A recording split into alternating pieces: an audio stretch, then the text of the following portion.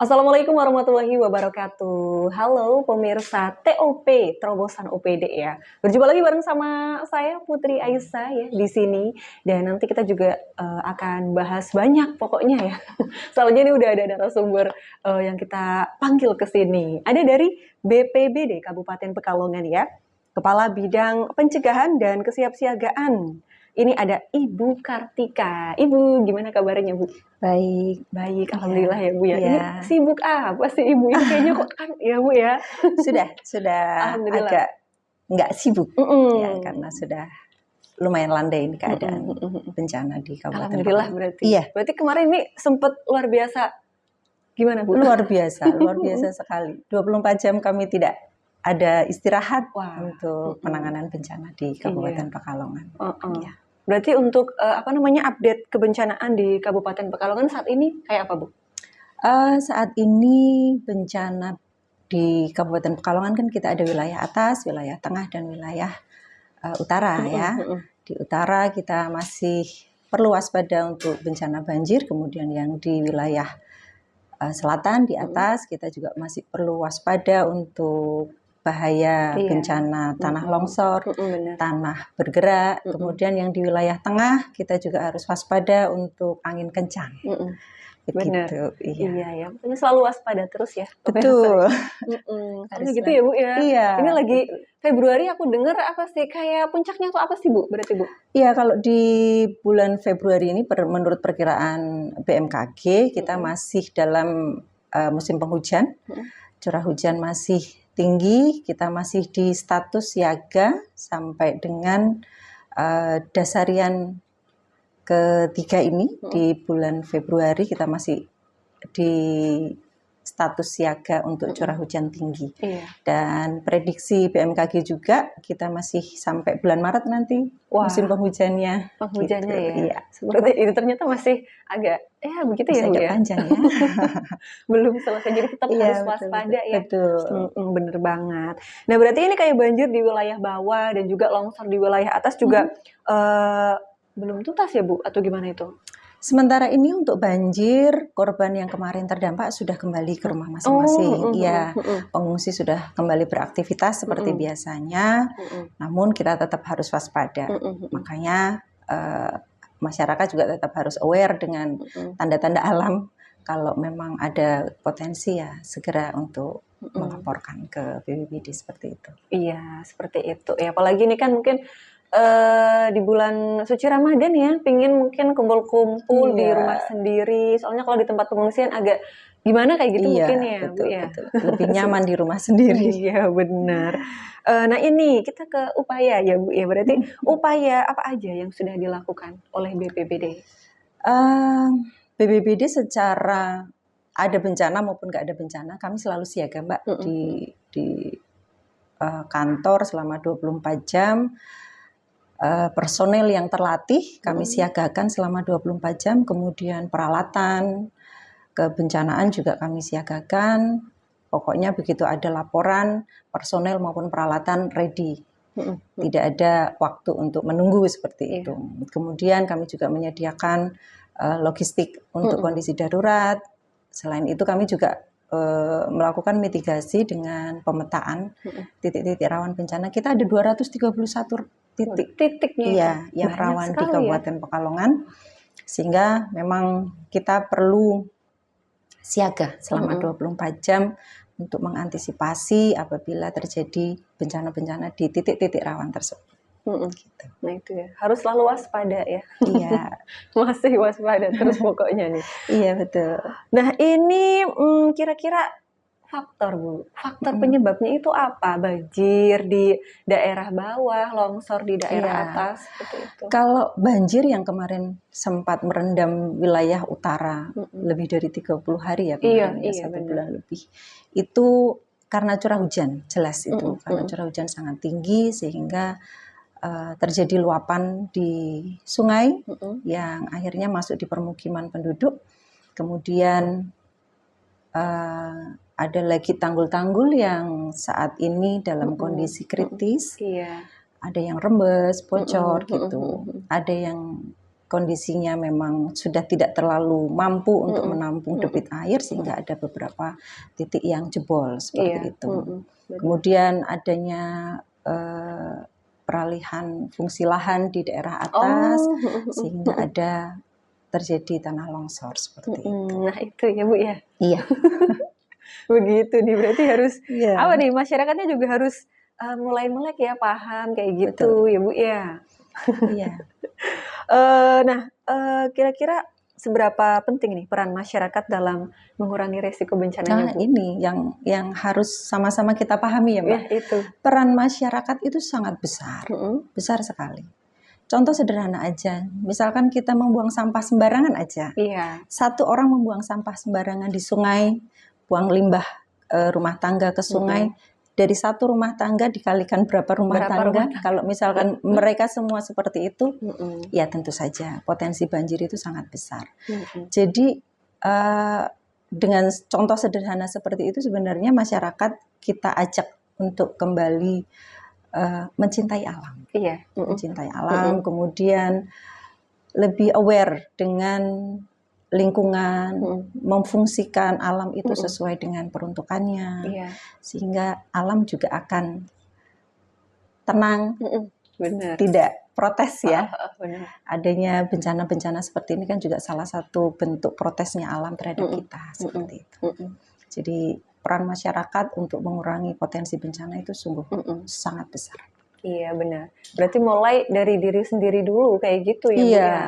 Tadi ya jangan buang sampah sembarangan. Buang sampah sembarangan.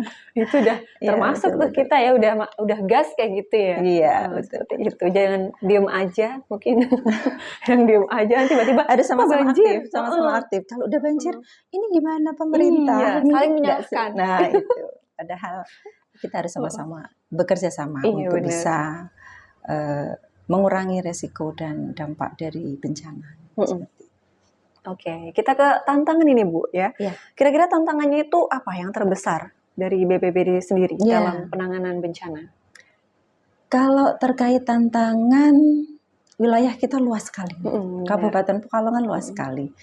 Ada seperti tadi yang sudah saya sampaikan, ada wilayah atas, tengah, dan bawah. Semuanya berpotensi bencana, nggih. Jadi sangat besar tantangan kami, terlebih lagi personel kami saat ini sangat terbatas.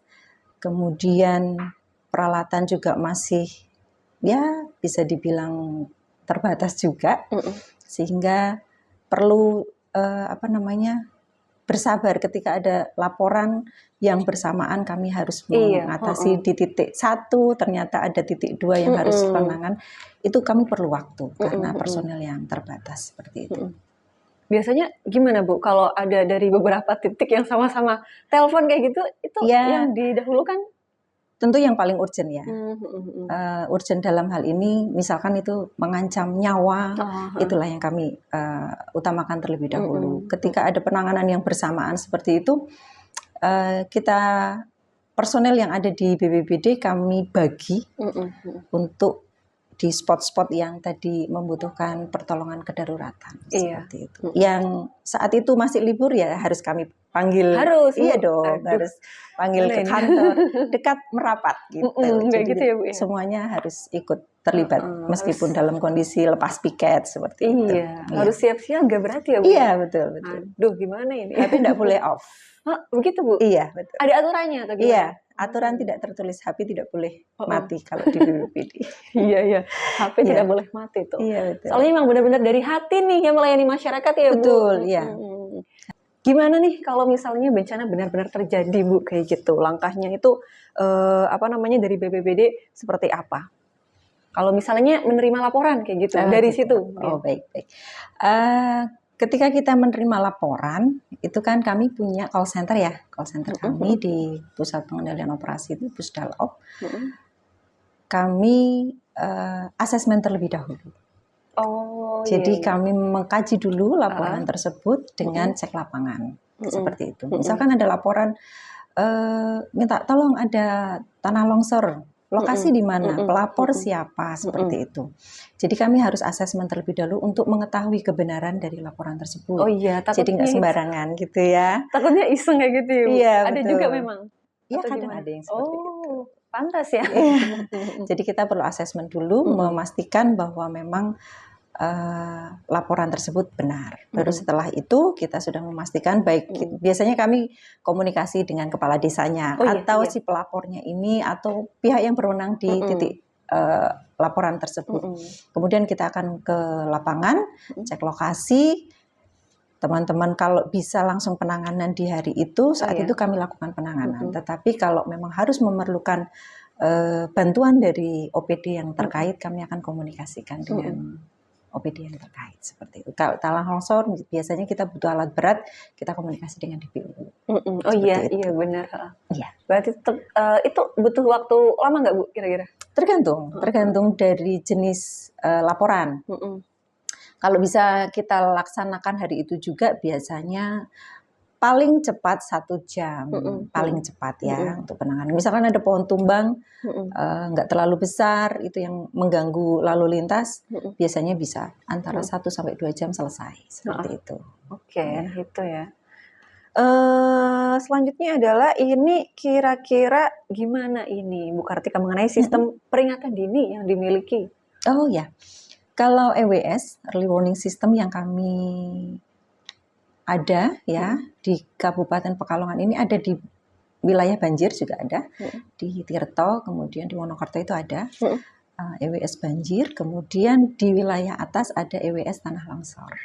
Ya, sudah terpasang di titik rawannya sehingga nanti bisa memberikan warning kepada masyarakat kalau terjadi bencana. Kemudian selain itu kita juga ada WA group di wilayah. Jadi teman-teman yang ada di wilayah BPBD kami membuat grup dengan para camat di wilayah.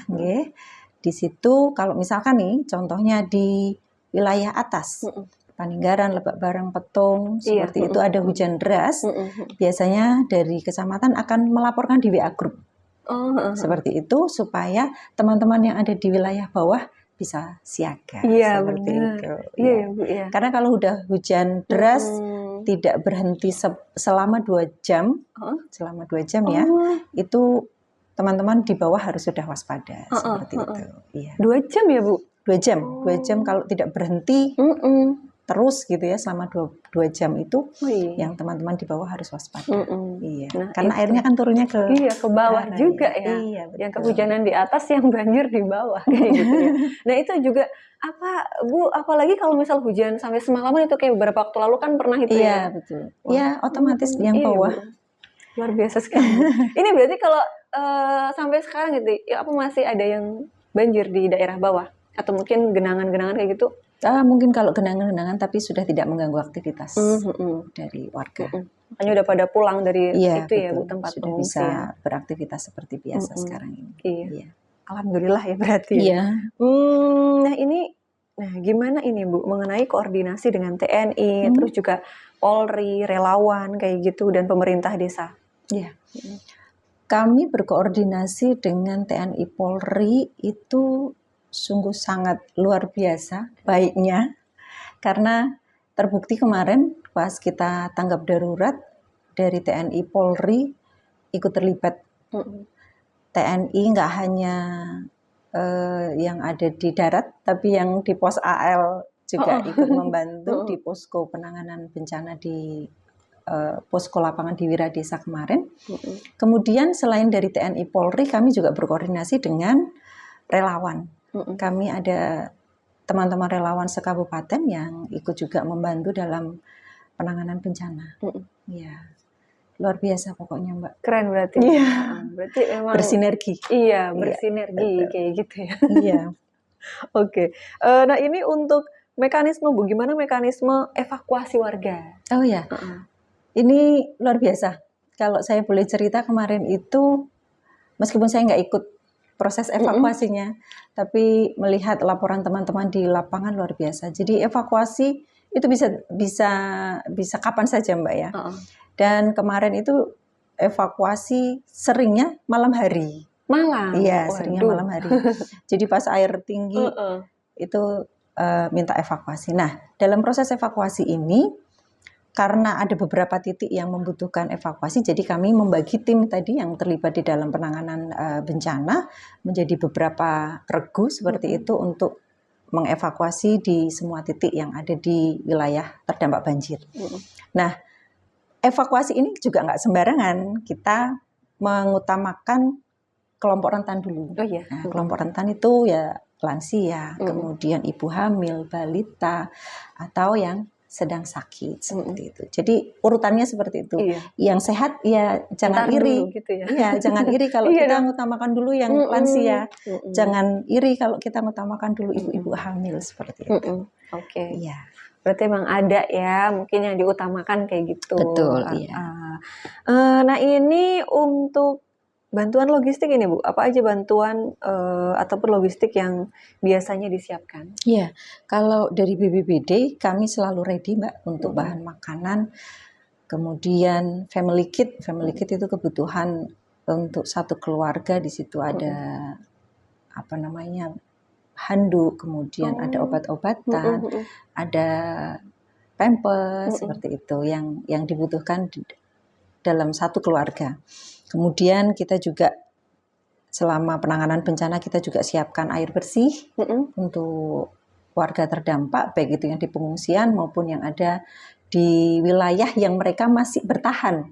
Karena kemarin ada juga warga yang nggak mau mengungsi dan bertahan di rumah. Kita supply ketika mereka butuh air bersih atau bahan makanan mentah seperti itu untuk kebutuhan mereka sehari-hari seperti itu. Itu kira-kira kenapa nggak mau mengungsi Bu? Mungkin lebih nyaman di rumah sendiri ya, meskipun basah, tergenang air. Iya ya, mungkin ada mungkin beberapa orang yang kayak gitu ya Bu, nggak mau ke tempat pengungsian. Iya. Mungkin karena gitu. Memang masih di relatif aman gitu lah mungkin kayaknya, ya. Kayak gitu. Tapi ada juga yang kira-kira sudah setinggi dada orang dewasa ya jelas nggak mungkin bertahan di rumah gitu. Jadinya ngungsi seperti itu Mbak. Oke. Nah ini dalam banjir yang lama surutnya ini Bu ya, kira-kira gimana nih memastikan kebutuhan warga tetap terpenuhi? Iya, 30 hari lebih kemarin ya. Selama kami menangani banjir yang ada di wilayah utara kemarin kan kita ada titik pengungsi, ada juga titik dapur umum. Dapur umum ini dapur umum mandiri seperti itu. Jadi masyarakat yang bertahan di rumah, mereka berinisiatif untuk membuka dapur umum mandiri. Itu untuk memenuhi kebutuhan makanan mereka sehari-hari, tapi nggak mau jauh-jauh dari rumah gitu kan. Jadi mereka mencari tempat yang aman untuk bisa masak. Kalau sudah masak, baru mereka nanti akan bagikan ke warga yang ada di sekitar situ.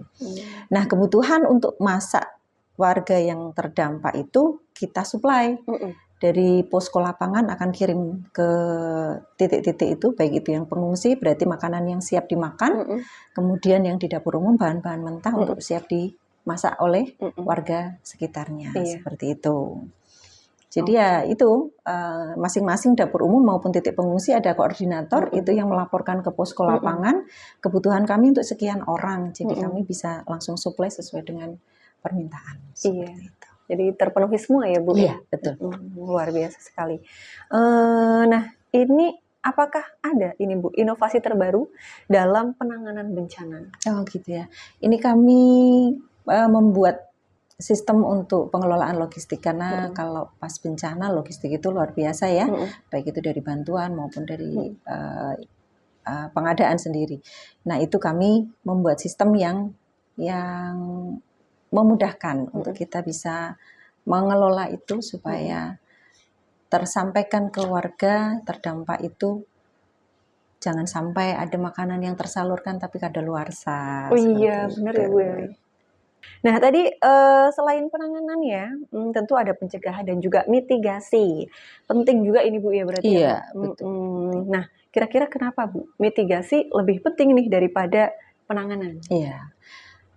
Mitigasi itu prinsipnya adalah pengurangan resiko, Mbak. Mm-mm, Jadi mm-mm, bagaimana upaya kita untuk mengurangi resiko ketika terjadi bencana. mm-mm. Karena prinsipnya kan bencana nggak bisa ya kita, oh jangan banjir Iya, kan iya gitu, nggak bisa. bener. Oh jangan tanah longsor gitu kan, nggak bisa Tiba-tiba, ya, betul. tiba-tiba banget gitu. Iya, nah mitigasi ini prinsipnya adalah untuk mengurangi risiko, Mm-mm, peningkatan kapasitas baik itu masyarakat maupun pemerintah ya, mm-mm, supaya ketika terjadi bencana kita bisa meminimalkan mm-mm. Iya, iya, risiko iya. yang mungkin terjadi Mm-mm, ketika terjadi bencana. Tujuannya supaya eh, itu tadi mengurangi dampak misalkan kerusakan, mm-mm, terlebih lagi mm-mm, untuk mencegah terjadinya korban mm-mm, jiwa. mm-mm. Jadi memang mitigasi itu lebih penting. Kalau penanganan jelas ya, kalau sudah terjadi kita mau nggak mau tetap harus Harus. harus ditangani kan gitu. Bener. Iya. Tapi kalau bisa, kalau mitigasi itu kita laksanakan dengan baik, mungkin penanganannya nanti nggak terlalu berat. Iya. Tetap harus ditangani, tapi mungkin nggak terlalu kompleks Mm-mm, seperti mm-mm. itu. Oke. Ya. Nah ini kalau ngomongin kerusakan Bu, ini akibat kemarin gimana Bu? Kerusakan fasilitas umum ya terendam jelas ya. Heeh, heeh, heeh. Kemudian jalan-jalan juga banyak yang Iya ya Bu. rusak seperti itu. Dibayangkan saja ya, terendam selama 30 30 hari hari. kan?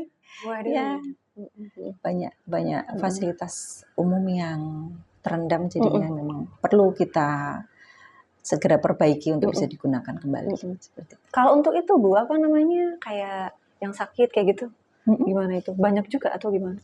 Iya, di posko-posko pengungsian kemarin ada beberapa yang sakit, tapi Dinas Kesehatan selalu intens secara rutin memantau baik di posko pengungsi, di posko lapangan, juga teman-teman relawan juga ikut diperiksa juga kondisi kesehatannya, supaya kalau ada yang sakit bisa segera ditangani seperti itu. Berarti benar-benar bersinergi semuanya ya? Oh iya, harus. Oke, nah ini program apa saja nih Bu yang sudah dijalankan untuk edukasi masyarakat?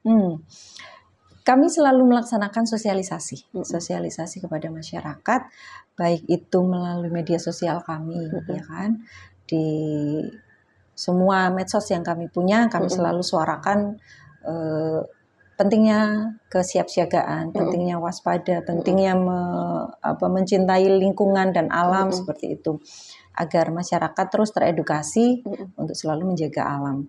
Kemudian selain dari sosialisasi di medsos, kami juga melaksanakan simulasi kebencanaan. Tahun ini kami rencanakan di sekolah. Sekolah? Iya. Sekolah apa itu? Di tingkat? SMP atau SMA seperti itu, supaya Iya, benar. mulai dari dini anak-anak dipahamkan bagaimana ketika terjadi bencana itu mereka harus berbuat apa, seperti itu, supaya mereka lebih ngerti.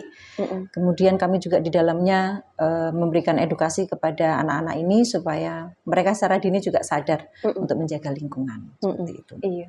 Apalagi kemarin itu kan sempat viral beberapa video yang angin itu loh Bu, di SMKNU Kesesi itu kan, di sekolahan ya? Iya, dan masih ada sekolahan. siswanya kayak gitu. Iya, betul. Nah itu, jadi biar anak-anak sejak ini udah tahu gimana nih kalau ada bencana, harus ngapain, iya, gitu ya Bu ya. Oke, nah apakah sudah ada desa tangguh bencana Bu? Ada. Ya. Nah, oke. Desa tangguh bencana atau yang biasa kita sebut Destana ya. Ini di Kabupaten Pekalongan itu total ada 14. Baru 14 Mbak. Baru 14 dari sekian banyak jumlah desa di Kabupaten Pekalongan. 285 ya, desa dan kelurahan, baru 14 desa yang terbentuk, dan kami masih terus mendorong untuk desa supaya bisa tergerak untuk segera membentuk desa tangguh bencana. Kemudian di tahun 2026 ini kami juga ada program untuk pembentukan 5 desa tangguh bencana dan 19 kecamatan tangguh bencana. Di tahun 2026 ini semoga terlaksana. Itu desa apa aja Bu berarti yang sudah masuk ke 14 itu? Desa ada di Kecamatan Paninggaran, kemudian ada di Kesesi, di Wonopringgo. Ada 14 itu Mbak. Desa-desanya saya kurang hafal satu-satu ya. Yang terakhir kemarin itu di Ujung Negoro, Desa Brondong, kemudian di Domyang, Bedagung, iya, Tenaga, ya. Kalau Paninggaran banyak juga itu ya? Iya, Paninggaran itu kan ada ancaman tanah longsor ya. Iya Bu ya. Betul. Oke. Nah ini status kebencanaan yang disematkan saat ini berarti apa Bu? Saat ini sebenarnya masuk masa transisi ya, masuk masa transisi dan pemulihan ini. Tapi kami kembali lagi ke status siaga darurat bencana yang masih sampai nanti akhir Maret. Jadi kita kembali lagi, tapi masa transisi pemulihan di wilayah yang kemarin terdampak banjir masih terus kami lakukan pendataan untuk dampak-dampak kerusakan yang ada di wilayah tersebut. Oke. Berarti itu nanti kerjasamanya ke siapa Bu untuk ini perbaikan kerusakan itu? Kami koordinasikan dengan OPD teknis di DPU atau di Perkim karena yang terdampak kan selain infrastruktur juga ada perumahannya. Oke. Ya. Nah ini kita ke pesan ini Bu. Pesan dari BPBD untuk masyarakat Kabupaten Pekalongan kira-kira apa nih? Ya, yang utama tetap siaga, tetap waspada. Siaga, waspada itu. Iya, dengan apapun kondisi alam yang saat ini terjadi, warga masyarakat harus waspada. Jadi ketika melihat, oh kok ada tanda-tanda mau longsor ini, nah seperti itu harus lebih memperhatikan. Kalau memang sudah berpotensi bisa langsung laporan ke BPBD Kabupaten Pekalongan. Selama 24 jam kami ready. Jadi masyarakat jangan ragu untuk melaporkan kondisi lingkungan di lingkungan masing-masing kalau memang berpotensi untuk terjadi bencana. Kemudian tetap tenang. Iya. Nah itu tenangnya itu kayaknya susah ya Bu. Iya. Intinya tetap tenang supaya kita bisa mengambil langkah-langkah yang betul ketika terjadi sebuah bencana. Dan kami terus menghimbau kepada masyarakat karena BMKG masih terus memberikan peringatan ini karena curah hujan masih cukup tinggi dan kita masih di status siaga sehingga masyarakat meskipun ini di wilayah utara sudah sedikit tenang ya karena sudah bisa beraktivitas tapi bukan berarti kita harus terus lengah, tetap harus waspada. Masyarakat dihimbau untuk terus meningkatkan kesiapsiagaannya supaya jangan sampai terjadi dampak-dampak yang sangat merugikan kita. Seperti itu. Dan yang utama lagi tetap berdoa. Nah itu yang pertama, tetap berdoa tetap berdoa supaya kita dijauhkan dari bencana dan bahaya. Namanya bencana kan gimana nggak ada yang tahu juga ya nggak ada di kalender Mbak. Iya tiba-tiba banget aduh. Iya betul-betul. Iya seperti itu ya berarti ya. Nah itu Mitra RKS ya bincang-bincang kita bersama dengan Ibu Kartika tadi ya Bu ya. Iya. Nah ini call centernya apa itu berarti Bu? Di call center Pusdalop, iya 24 jam di BPBD Kabupaten Pekalongan. Dan pelayanan kami gratis, Mbak. Gratis. Nah itu. Gratis, jadi jangan ragu kalau ada sesuatu di wilayah dan itu memerlukan bantuan dari BPBD, baik itu pohon tumbang, kemudian ada bencana tanah longsor, banjir dan segala macam ya. Monggo bisa langsung menghubungi BPBD untuk bisa kami bantu. 24 jam gratis. Iya. Nah itu ya Mitra RKS semuanya ya. Nah pokoknya kita harus selalu waspada. Soalnya ini juga tadi sampai Maret ya Bu? Atau sampai Maret. Sampai Maret. Nah itu jadi kita harus waspada sampai Maret ya.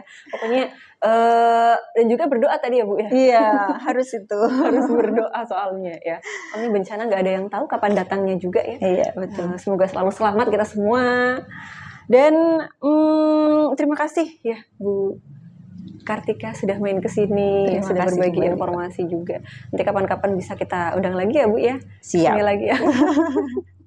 Oke deh.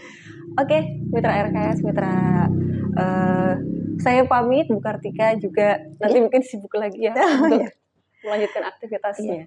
Sampai jumpa lagi di episode TOP berikutnya. Wassalamualaikum warahmatullahi wabarakatuh.